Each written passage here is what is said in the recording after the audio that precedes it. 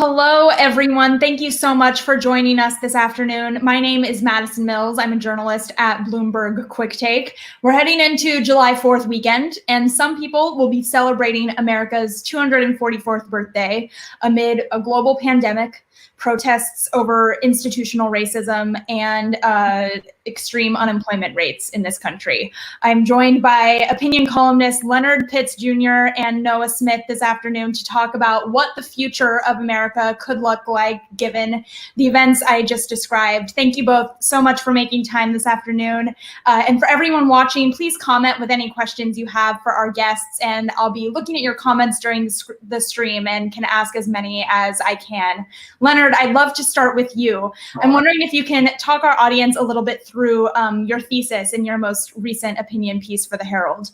Yeah, that was a piece theorizing that we may be facing the end of the end of America, which is, not a topic that you would ordinarily think of intuitively for the 4th of July, but it felt like something that needed to be discussed. Essentially, what I was doing in that piece is dealing with the fact that as a nation, we are coming apart in a lot of ways, and I think none more critically than the fact that we are coming apart interpersonally. We're coming apart in the sense that as Americans, by a number of measures, we simply don't like each other that much. And it's hard for me to conceive, forgetting the economic pressures, the racial unrest, the facts optional society that we find ourselves in, all these other factors that are pressing on us, the obstructionist Congress, all those other things. Putting those things aside, I just find it hard to understand how a nation of people who don't like each other go forward as a nation. So what I wanted to do was write about the idea that we are facing an existential threat fanned by our current president. And I thought it was important to put that on the table because it's one of those things that you never really stop to think about because it is so, on first blush, so outlandish, so beyond the pale that you would never really consider it seriously. And I think that there are some things that precisely because they are frightening and beyond the pale and so bizarre that you almost owe yourself, to prod yourself to think of them seriously. I always think of the September 11 attacks and the fact that there was warning of those attacks, but the attacks happened nevertheless because nobody could conceive of airplanes being driven into skyscrapers. It was beyond imagination. And I think that we owe it to ourselves to, maybe take a second look at some of those things that we deem beyond imagination to decide if they really are. Absolutely. And you mentioned this idea of people not getting along with folks in other political parties. And Noah, you spoke about that in your piece as well. Can you talk about sort of the division in the country that we're facing? Well, I mean, I'm not really an expert in politics, but there's this idea that people with different political preferences have been moving to different parts of the country. That's the Big Sort, I think, was the research about that. And I mean, obviously, political polarization has gotten worse, and I think for a long time people thought that was just an elite phenomenon. Republicans and Democrats not cooperating across the aisle. But I think at this point, people realize that it's more of a broad-based phenomenon of just a bunch of Americans not really wanting to live or share a society with their fellow Americans. And when that happens, you're not going to have a country. I mean, if you have large percentages of the people not wanting to be part of the same country as lots of other people, then you're not going to have a country. Actually, I do know a little economics about this. I recently wrote a column about Alberto Alesina, who's this guy. He wrote about how ethnic divisions, which is a euphemism for racism, reduce the provision of public goods and also welfare. And so, of course, in America, the example is that for many decades, Republicans have basically argued to their voter base that Black people don't deserve welfare benefits and that public goods like transit that disproportionately would benefit Black people but would still benefit everybody are not good, and have denigrated these kind of things like transit and density and other things like that. And so that really it doesn't necessarily kill a country, but it really weakens a country a lot. It makes it poorer. We've got crappy infrastructure. We've got crappy transit. We've got single family zoning. We have kind of this crappy patched together excuse for a welfare state. And we've got all of these, Republicans who are constantly trying to destroy the welfare state by saying that the people who benefit are deserving. And so I think that's weakened us dramatically. And the question is now, will that weakness basically replicate at every level of society and just destroy our country? Yeah. To piggyback on that, you sort of hit on what's frustrating to me about this. We are not a nation that is in, obviously we're having an economic, meltdown at the moment, but overall we are a nation, we're the wealthiest nation on earth. We are the most powerful nation on earth. We are the most influential nation on earth. So, culturally and politically, the most influential nation on earth. So it's just mind-boggling to me that with no external threat that really can endanger us, we essentially choose our own demise because we can't get along with each other, because we can't decide to share the great and growing pie that is American prosperity. That's just an astonishing act of self-immolation to me that I will never be able to understand. I hate you so much, I'm going to kill us all. I don't. It's really bad. It's insane.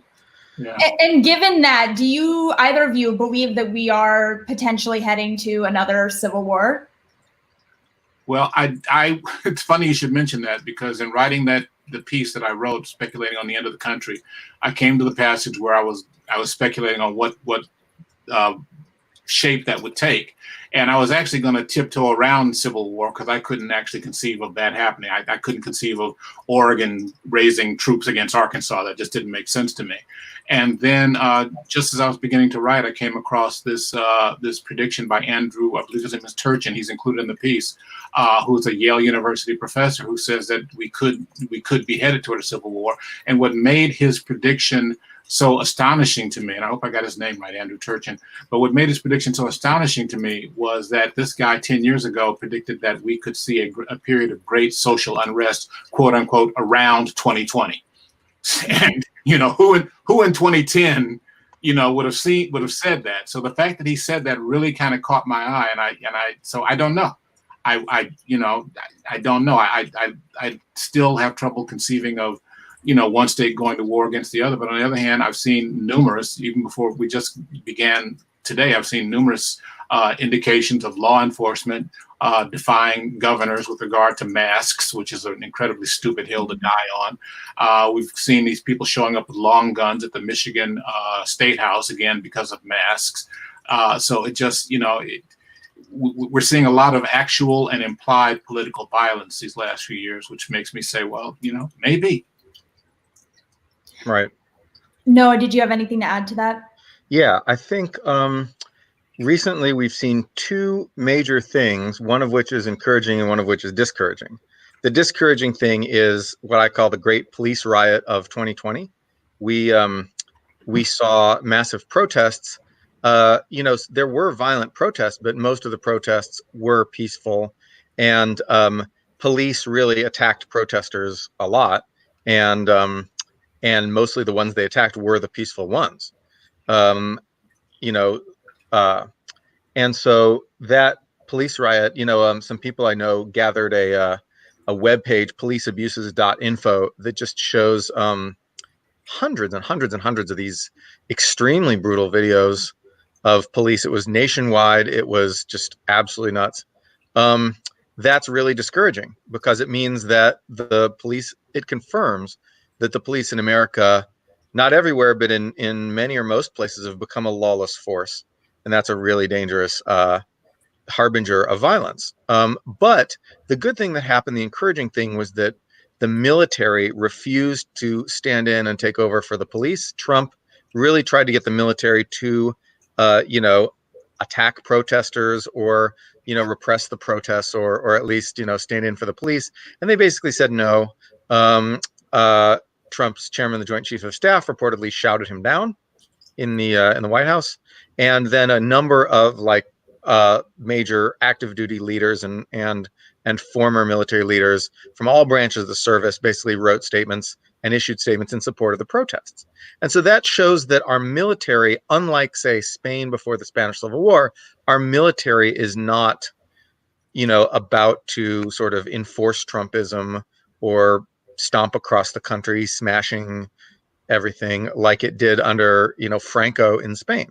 And that's really encouraging because the military has all the most powerful weapons, and they have the most people who actually know how to fight, and they have the real power. And if they're not going to do Trump's bidding, and if they support protesters, and if they have a strong commitment not to do violence on the American people, that's really good and really encouraging. But the police are, and maybe some militia people, like the people with the guns in front of the state houses, it's a different matter. I think a really bad scenario is for there to be major violence between left-wing and right-wing militias in America. You have seen some left-wing militias in Oregon. You saw a bunch of people come into Oregon, like lefty guys, basically with AR-15s to guard the Chaz, this sort of organized protest that just ended in the middle of Seattle. You could see those people fighting the people who are, charging the state houses, and you could see the military stand back and say, guys, no, stop, but not really doing anything to stop it. And you could see someone like Trump cheering on the rightist militias in this intercommunal violence. And I think that's not too dissimilar to what's been seen in a number of unstable, sort of failing countries. So that's what I worry about the most. Yeah, I think the other thing we have to take into account is that there are people out there who want this. Yes. There are people who absolutely want to bring about this great, war, this cleansing, or whatever you want to call it. The Dylan Storm Roof, the individual who shot up the church in Charleston, one of his stated goals, I believe, was that he wanted to foment a race war. And he's not the only one. So there are people who are, forgetting or putting aside from it, there are social forces that are pushing us toward this. There are individuals and groups that are also actively egging that same thing on.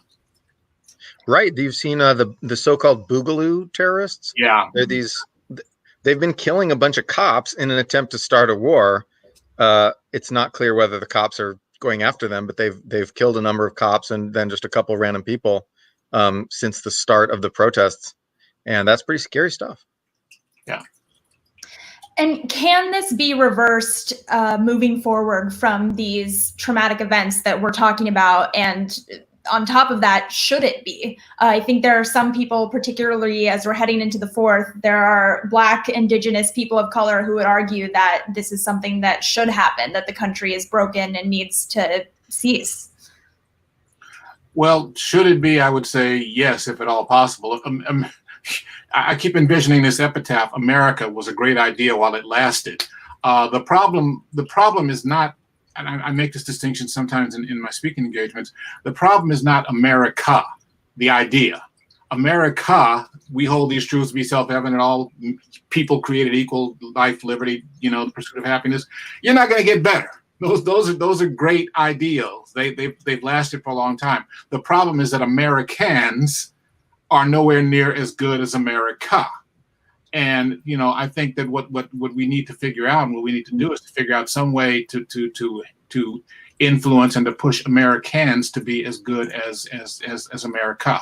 And that's where we have fallen short for 244 years, and where we are falling spectacularly short, to this day. I do believe that there needs to be a great, change, and the things that we need to. I'm hesitating. I don't want to use the word revolution because I don't want the violent connotations of that. Mm-hmm. But the nonviolent connotations, there does need to be a revolution in terms of changing the systems of this country. But I'm not.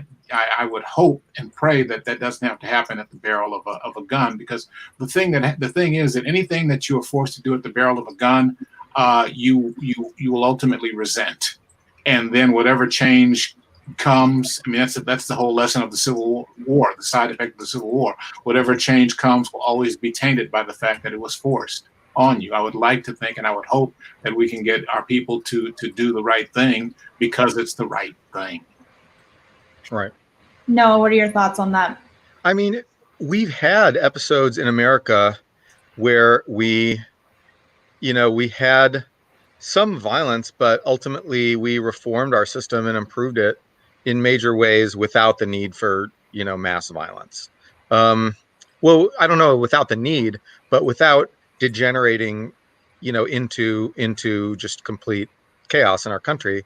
The 60s and the 70s had, there was violence in the 60s and 70s, but ultimately there was not a civil war. And ultimately a lot of reforms were made that I think were good. Not all, but I think that there were a lot of reforms that were good. A lot of anti-poverty policies, in the 60s and 70s. And then I think that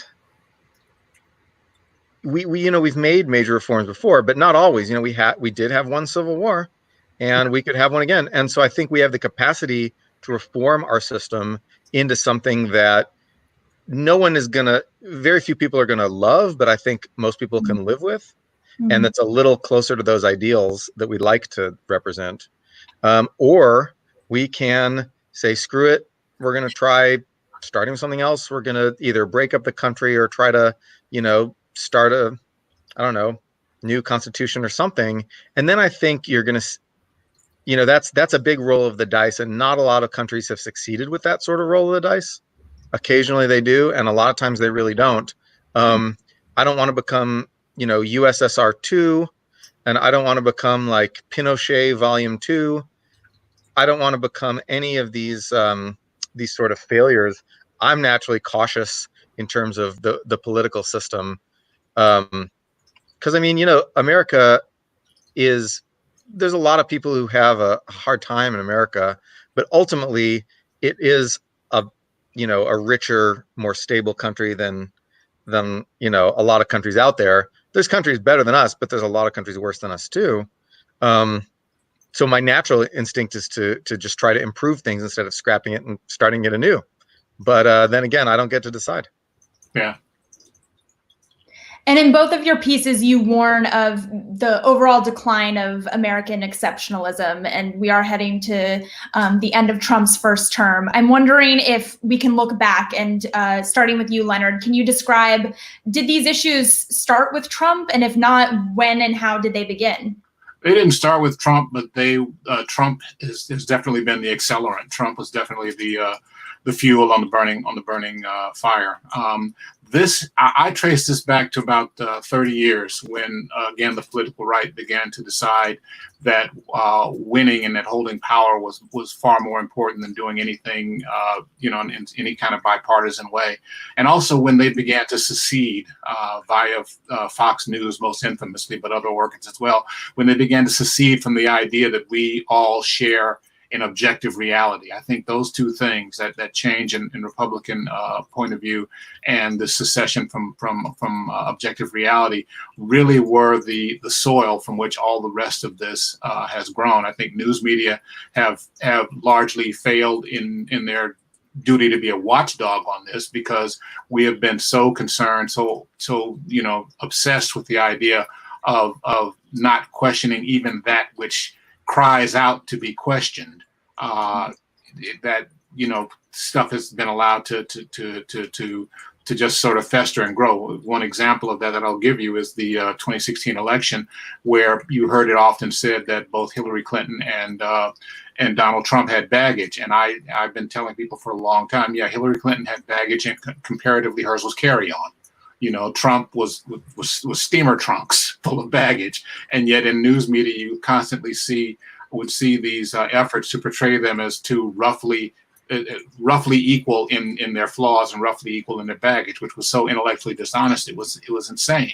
But that's what we did to avoid supposedly showing favoritism. So I think news media have also played a large role in this. And then, the elephant in the room, the big thing, is the fact that the country is changing demographically, and that there's a lot of white voters, particularly on the right, for whom that's problematic. And it was always sort of coming, and it was always part of the underpinnings of what was going on. But then this self-described skinny guy with a funny name, black guy with a funny name, was elected president 12 years ago. And that, I think, was the fire bell, if I can crib from, I think it's Jefferson, if I'm not mistaken, the fire bell ringing in the night. That was the alarm that frightened the heck out of all of those folks, that, okay, the future that we fear is here and we've got to do something about it. And now, frankly, as far as I'm concerned, they are in the position of trying to impose what South Africa had before Mandela came to office, which is a nation where the racial minority controls the destinies and the quality of life and whatever of the racial majority. I think they're in other words, they're trying, rather than figuring out a way that we can share power and that we can be Americans, and maybe even that we can, align ourselves along different lines other than just race. I mean, there's class, there's poverty, there's all the rest of the stuff. Rather than have the imagination to do any of that, they're trying to take us back to America circa 1954 or South Africa, pre-Mandela. And Noah, you wrote that the U.S. risks having the most spectacular decline in history. I'm wondering if you can tell us, are we closer to the end of that scale, at the end of that decline? Are we somewhere towards the beginning? Where are we in that timeline? I mean, when we look at countries that collapse, that were very rich and prosperous and then collapsed, we don't have a lot of good examples, which is why this would be the most epic in history. But they all kind of end up in the same place. Venezuela, well, not exactly the same place. Some establish nightmarish authoritarian regimes, and others just slide into complete chaos. So Venezuela, we've seen a complete economic collapse. People are going without food and medicine. People are, there's unbelievable levels of violence, but they haven't really formed a fascist regime yet in Venezuela. Maybe eventually they will, but then it's really, really bad. And then, of course, in some countries, you have chaos, you have a period of chaos, and then you have someone says, well, I will stop the chaos. And then you have this really hardcore authoritarian regime. Sometimes it calls itself fascist. Sometimes it calls itself communist. Sometimes it doesn't call itself anything. It just shoots a lot of people. And that's another possibility. So you can just have chaos and breakdown, or you can have chaos and breakdown followed by, harsh reassertion of authority by really, really bad people. And and I think that both of those, people don't like the comparison of Venezuela because people just sort of sputter at it. They're like, how could the United States be Venezuela? Their economy was all based on oil. They were a poorer economy than us to begin with. They weren't this like great, powerful nation that we imagine America to be. But their decline was really, really fast. I mean, people were doing okay in Venezuela 15 years ago, and people are not doing okay in Venezuela now. I'm just trying to think of like other modern examples where you had this massive crash, and you can't really. It's just mind-boggling to think that we could descend into poverty and chaos and violence that fast. If it does happen, it'll happen after everyone said that it couldn't happen and sort of poo-pooed it and dismissed it. Yeah. And then we'll say, oh, I guess it could happen. Wasn't that spectacular? One for the history books, folks. Yeah, that's it exactly. That in writing my piece and in saying what I've been saying for the last few years, I've sort of had this internal tension between, am I being too alarmist? And I've come to realize along the lines of what you said there, Noah, is that if 10 years from now we look back on this period and we are Venezuela, I would rather have been too alarmist than not alarmist enough. Yeah, and that's what I decided. If it turns out 10 years from now I'm too alarmist, I'll come on here or whatever platform and say, hey guys, I'm sorry. Did I misread that? But I would rather that than look back 10 years from now and we're where Venezuela is, and I say, oops, I didn't. I had the platform and I didn't say anything. Same. Yeah. Are there any other great empires that have wobbled but then recovered? We've spoken of the opposite impact, but are there any that either of you can think of where there's been wobbling and then a great recovery? Sure. You've had some that had revolutions and came out basically okay after a lot of problems, like France. Yeah. You had you had countries that lost huge wars. I mean, Japan and Germany both got absolutely trashed in World War II, and now they're nice places to live. And you had Britain, which, you know, Britain really went kind of downhill in like the 60s and 70s, and people don't know about it, but their per capita income went down till it was about the same as the Soviet Union, and or the same as Russia anyway. And then they made it back somehow, although, you know, not without some difficulty. I don't know. It's hard to find a case of any country as powerful as us ever. And it's hard to find a case of any country as rich as us that's ever been. And so it's very hard to find a case of countries that have been as rich and powerful as us and then stumbled. You can go back to like Rome or something. That was back in the agricultural age. Everyone was a farmer and you didn't have, like, you know, cell phones. And so it's really hard to compare. And at least a couple of the examples that you mentioned were of outside forces acting upon the country, sometimes violently. The thing that I keep coming back to is what we're doing, what's happening to America is something that we're doing to ourselves. And I can't say that that's unprecedented, but it's certainly got to be, you know, less precedented, let's say, than some of the others. I think the best example might be us, actually. We had two big periods of violence that didn't end up in civil war. We had in like the late 1910s and then 1920s, we had this mass explosion of racist violence. You had these huge, you know, pogroms against Black people, you know, and just a whole lot of violence. You had the KKK with 4 million members in a country of 80 million people, just terrorizing towns across America. And somehow we ended up pulling ourselves out of that. And the KKK sort of fell, and we didn't spiral into civil war.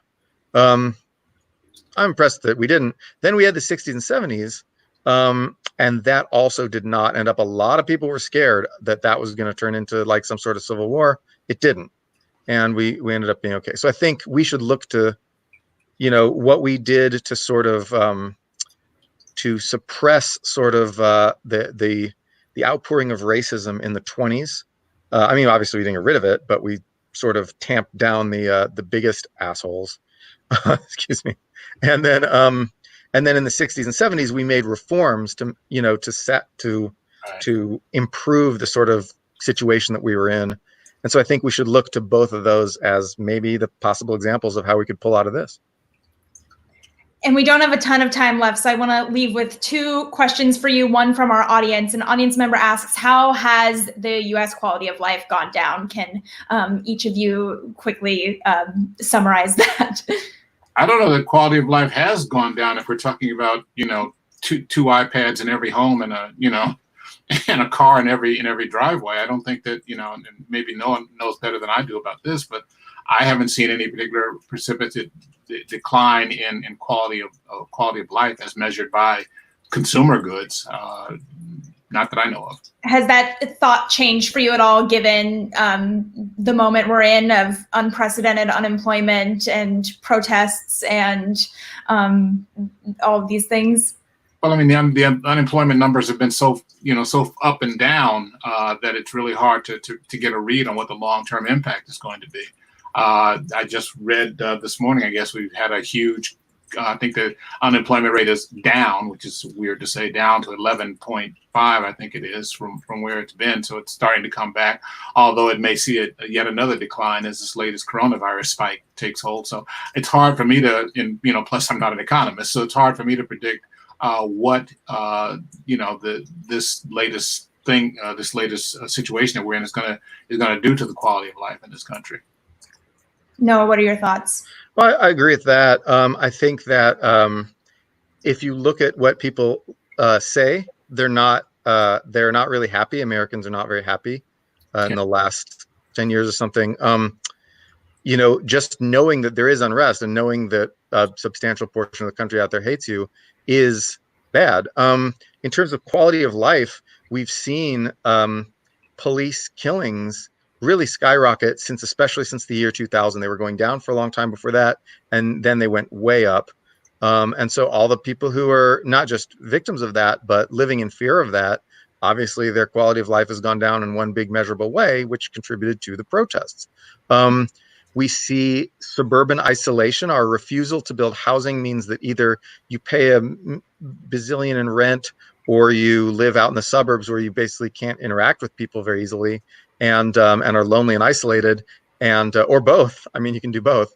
But then rent has just gone way up. Our health insurance is an absolute nightmare. Our healthcare system is an absolute nightmare. Yeah.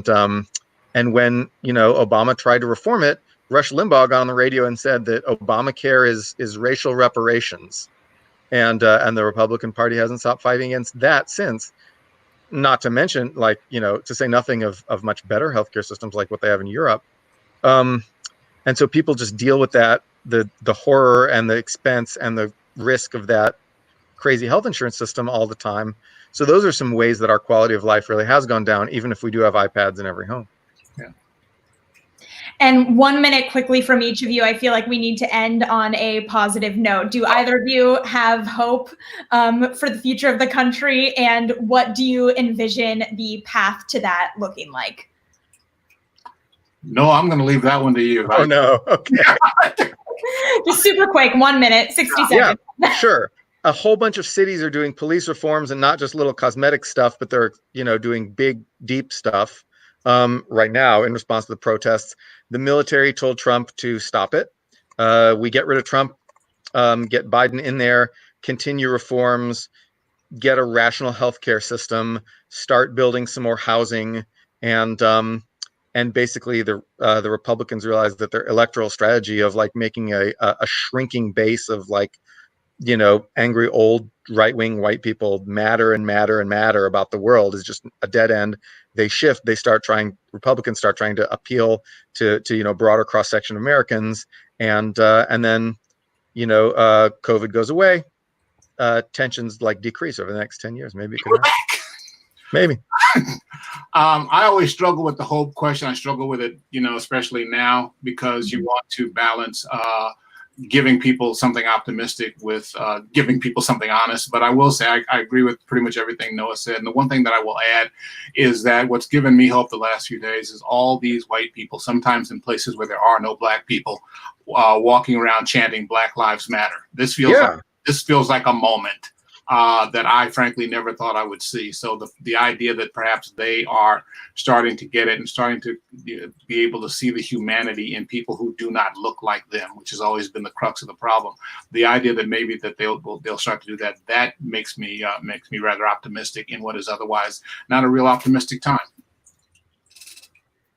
Absolutely. Well, I can't thank both of you enough for joining for this incredible conversation. We're very grateful for your time. And for our audience, please, if you're watching, follow QuickTake on all of your social platforms, wherever you get your news, Instagram, Facebook, YouTube, and Twitter. And again, thank you both so much for joining. We really appreciate it. My pleasure. Thank you.